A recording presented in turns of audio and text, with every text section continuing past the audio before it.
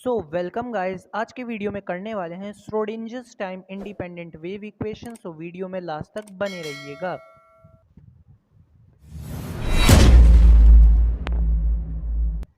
सो Schrodinger's time independent wave equation को करने के लिए सिंपली अपन को टाइम डिपेंडेंट वाली इक्वेशन को एक बार कर लेना है। तो let us consider psi be a wave function along the positive direction of x axis. तो ये आप पिछले वीडियोस में भी देख सकते हैं, मैं लिंक इसके नीचे प्रोवाइड कर दूंगा। तो सिंपली आपको टाइम डिपेंडेंट का पूरा कर लेना है, सिंपली वैसे ही कर रहे हैं जैसे अपन ने पिछले वीडियोस में किया था। एंड इसको पूरा अपन को टाइम इंडिपेंडेंट में टाइम डिपेंडेंट का पूरा करना है। इसके बाद एक्स्ट्रा ऐड और होगा इसमें। तो यहाँ से simply first and second equations मैंने निकाल ली हैं। एंड सिंपली इसके बाद ये हो गया आपके पास h पॉइंट 2 पाई और ये हो गया h बार। तो यहाँ से लैम्डा हो गया h point p। Previous video में आप देख सकते हैं। तो आपको श्रोडिंजर्स टाइम डिपेंडेंट का जहाँ तक मैं निकाला है वो है, फिर उसके बाद इंडिपेंडेंट पे अपन चर्चा करेंगे। तो यहाँ से सिंपली अपन को 4 इक्वेशंस मिल गई हैं। सिंपली अपन को क्या करना है, वैल्यूज़ पुट अप कर लेनी है। तो इसे मैं कर लेता हूँ। तो ये हो गई फोर्थ इक्वेशन, वही है पूरी टाइम डिपेंडेंट की जो मैंने पिछले वीडियो में करवाई है, तो आप उसे देख के समझ सकते हैं। सो ई इज इक्वल टू यहाँ पे आ गया ए ई माइनस 2 पाई आई ई टी अपॉन 2 पाई एच पी एक्स अपॉन 2 पाई एच। तो यही सिंपली इसके बाद अपन को ये इक्वेशन बन गई अपने पास ए ई और यहाँ से minus i by h E t minus p x. अब सिंपली अपन को यहाँ से निकाल लेनी है एनर्जी की वैल्यू एंड मोमेंटम की वैल्यू। एनर्जी की वैल्यू निकालने के लिए आपको क्या करना है, उसे पार्शियली डिफरेंशिएट कर देंगे। एंड मोमेंटम की वैल्यू निकालने के लिए पार्शियली डिफरेंशिएट कर देंगे। एनर्जी के लिए आपने किया टी से डिफरेंशिएट, एंड मोमेंटम के लिए आप किससे डिफरेंशिएट करेंगे, एक्स से। तो यहाँ से आपके पास एनर्जी ऑपरेटर की वैल्यू आ जाएगी एंड यहाँ से आपके पास किसकी आ जाएगी, मोमेंटम की वैल्यू आ जाएगी। तो सिंपली आपको निकाल लीजिए जैसे अपन की एनर्जी का निकालना है। तो ये हो गया i h bar is equals to E psi. तो ये हो गया आपके पास सिक्स्थ इक्वेशन। अब सिंपली इसी तरह मोमेंटम की निकालनी है, जैसे मैंने आपको बताया कि इसे डिफ्रेंशिएट कर देंगे डी साई को विद रिस्पेक्ट टू किसके, एक्स के रेस्पेक्ट पे। तो यहाँ से आपकी किसकी आ जाएगी, मोमेंटम की वैल्यू आ जाएगी। तो ये सिंपली वही स्टेप्स हैं जो श्रोडिंजर्स टाइम डिपेंडेंट में लग रहे थे, सेम टू सेम यही हैं। तो d psi upon D x H I. तो यहाँ से ये आपकी आ गई मोमेंटम की वैल्यू। मोमेंटम की वैल्यू आ गई सिंपली, तो आपको पता ही है टोटल एनर्जी क्या होती है, रेस्ट एनर्जी मतलब potential energy plus kinetic energy. तो काइनेटिक एनर्जी क्या होती है, हाफ एम वी स्क्वायर, और पोटेंशियल एनर्जी होती है वी।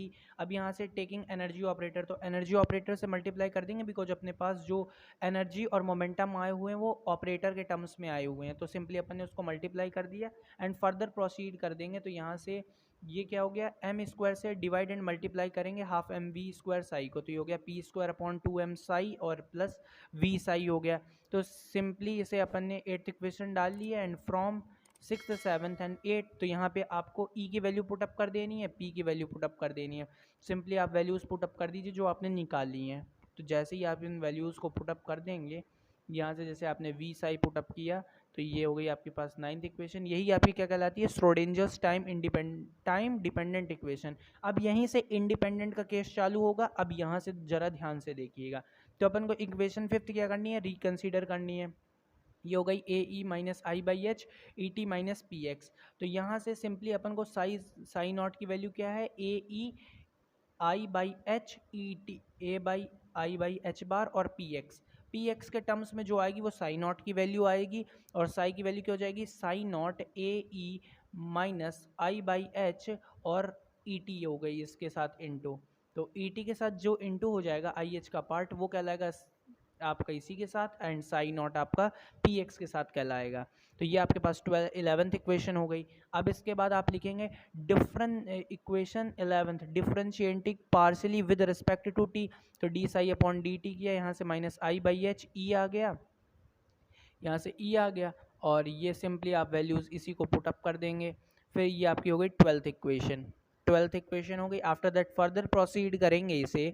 तो equation 12 partially differentiate with respect to x. तो डेवा स्क्वायर साई अपॉन डेवा एक्स का स्क्वायर, एंड ये वैल्यू अपन को निकालनी। तो ये हो गई अपने पास डेवा स्क्वायर साई नॉट अपॉन डेवा एक्स का स्क्वायर।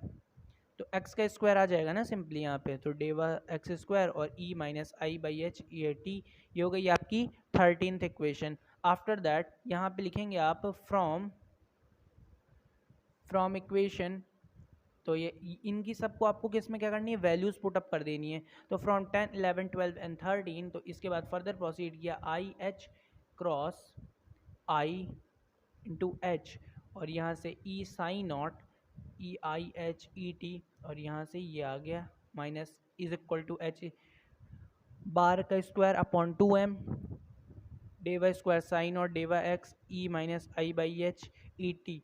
तो यहाँ से आप सब में देख रहे हैं E by i h E t ये सब में कॉमन आ रहा है, तो इसे आपने कॉमन निकाल लिया, और आई से आई और आई स्क्वायर क्या हो जाएगा -1, तो -1 माइनस क्या हो जाएगा प्लस, और एच से एच कैंसिल, तो यहाँ से क्या बचा ई साइन नॉट, और यहाँ से बचा H square upon 2m d Y square sign naught, और यहाँ से क्या बचा वी साइन नॉट। ठीक है, तो इतना आपको यहाँ तक पहुँच जाना है। इसके बाद आपकी श्रोडिंजर्स इंडिपेंडेंट वेव इक्वेशन आपकी आ ही जाएगी। ठीक है, तो इसे थोड़ा सा अच्छे से सॉल्व कर लीजिएगा। ये मेरी मिस्टेक हो गई है यहाँ पे, E minus V sign naught h square upon 2m, थोड़ा सा इसे काट दीजिए एक बार। इसके आगे मैं बताता हूँ आपको कैसे करना है। ई साइन नॉट दे रखा है, तो E psi naught E minus V sign naught, okay. तो यहाँ से h square upon 2m d Y square sign naught upon d y x square है, तो E upon V sign naught plus h square 2m हो गया, उस side गया तो, और h square d Y square sign naught upon d y x, तो ये हो गया d Y square sign naught plus 2m upon H square E minus V sign naught. ये हो गया आपकी श्रोडिंजर्स टाइम इंडिपेंडेंट इक्वेशन। तो श्रोडिंजर्स टाइम इंडिपेंडेंट इक्वेशन कहलाती है, और अगर फ्री स्पेस होगा तो क्या हो जाएगा, यहाँ से फ्री स्पेस में v0 हो जाता है, ये ध्यान रखिएगा। तो यही है आपकी श्रोडिंजर्स टाइम इंडिपेंडेंट वेव इक्वेशन।